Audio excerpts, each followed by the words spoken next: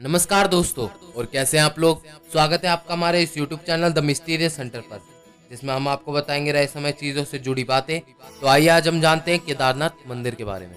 तो दोस्तों, हमारी इस वीडियो को अंत तक ज़रूर देखें, और अगर आप हमारे YouTube चैनल पर नए हैं तो इसे सब्सक्राइब करना ना भूलें, और हमारी नई वीडियो की नोटिफिकेशन के लिए बेल आइकन प्रेस जरूर करें। केदारनाथ मंदिर भारत के उत्तराखंड राज्य के रुद्रप्रयाग जिले में स्थित है। हिमालय पर्वत की गोद में केदारनाथ मंदिर 12 ज्योतिर्लिंग में सम्मिलित होने के साथ 4 धाम और 5 केदार में से भी एक है। केदारनाथ धाम की यात्रा उत्तराखंड के पवित्र छोटे 4 धाम की यात्राओं में से एक है। यह छोटे 4 धाम की यात्रा हर वर्ष आयोजित की जाती है। केदारनाथ यात्रा के अलावा अन्य मंदिर जैसे बद्रीनाथ, गंगोत्री और यमुनोत्री है, जिनके कपाट साल में 6 महीने के लिए खुलते हैं। केदारनाथ यात्रा में शामिल होने के लिए हर वर्ष मंदिर के खुलने की तिथि तय की जाती है। मंदिर के खुलने की तिथि हिंदू पंचांग की गणना के बाद उखीमठ में स्थित ओमकारेश्वर मंदिर के पुजारियों द्वारा तय की जाती है। लेकिन इस वर्ष लॉकडाउन के बाद आप लोग घर में सुरक्षित रहें, इसलिए उत्तराखंड राज्य सरकार ने 30 जून तक यात्रा को स्थगित कर दिया है। केदारनाथ धाम में हर साल लाखों की संख्या में श्रद्धालु आते हैं। इस धाम के प्रति लोगों की अटूट श्रद्धा और विश्वास है। केदारनाथ धाम मंदिर तीनों तरफ पहाड़ों से घिरा हुआ है। एक तरफ 22,000 फुट केदारनाथ पर्वत है, तो दूसरी तरफ 21,600 फुट खर्च कुंड और तीसरी तरफ 22,000 फुट भरत कुंड। न सिर्फ 3 पर्वत बल्कि 5 नदियों का संगम भी यह माना जाता है, जिनमें की 5 नदी मंदाकिनी, मधुगंगा, क्षीरगंगा, सरस्वती और सोनगौरी भी शामिल है। इन नदियों में से कुछ को काल्पनिक भी माना जाता है। इस इलाके में साफ तौर पर मंदाकिनी ही दिखाई देती है। मंदाकिनी का उद्गम स्थान चौराबाड़ी ग्लेशियर का कुंड है। मंदाकिनी नदी के पास ही केदारनाथ मंदिर का निर्माण कराया गया था। इसके निर्माण को लेकर कई बातें कही गई हैं। केदारनाथ पर्वत शिखर के पाद में कट्यूरी शैली द्वारा निर्मित विश्व प्रसिद्ध केदारनाथ मंदिर 3,562 मीटर की ऊंचाई पर अवस्थित है।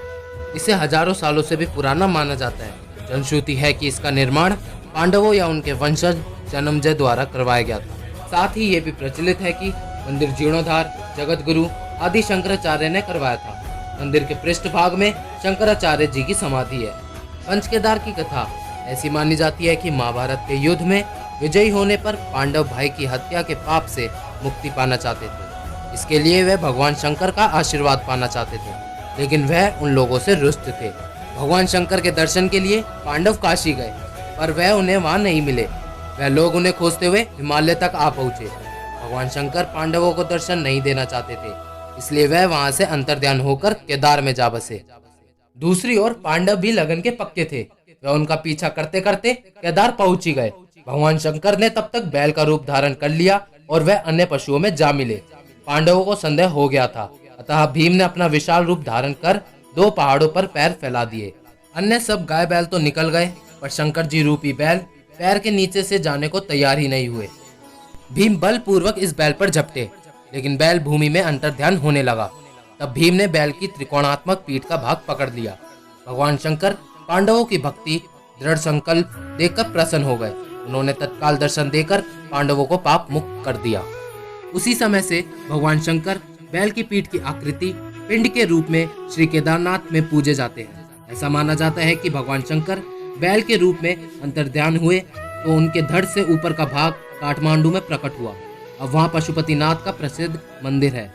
शिव की भुजाएं तुंगनाथ में, मुख रुद्रनाथ में, नाभि मध्य महेश्वर में और जटा कल्पेश्वर में प्रकट हुए। इसलिए इन 4 स्थानों सहित श्री केदारनाथ को पंच केदार भी कहा जाता है। तो दोस्तों, यह थी कुछ जानने लायक बातें केदारनाथ मंदिर के बारे में, और जुड़े रहिए हमारे YouTube channel the mysterious centre के साथ। धन्यवाद।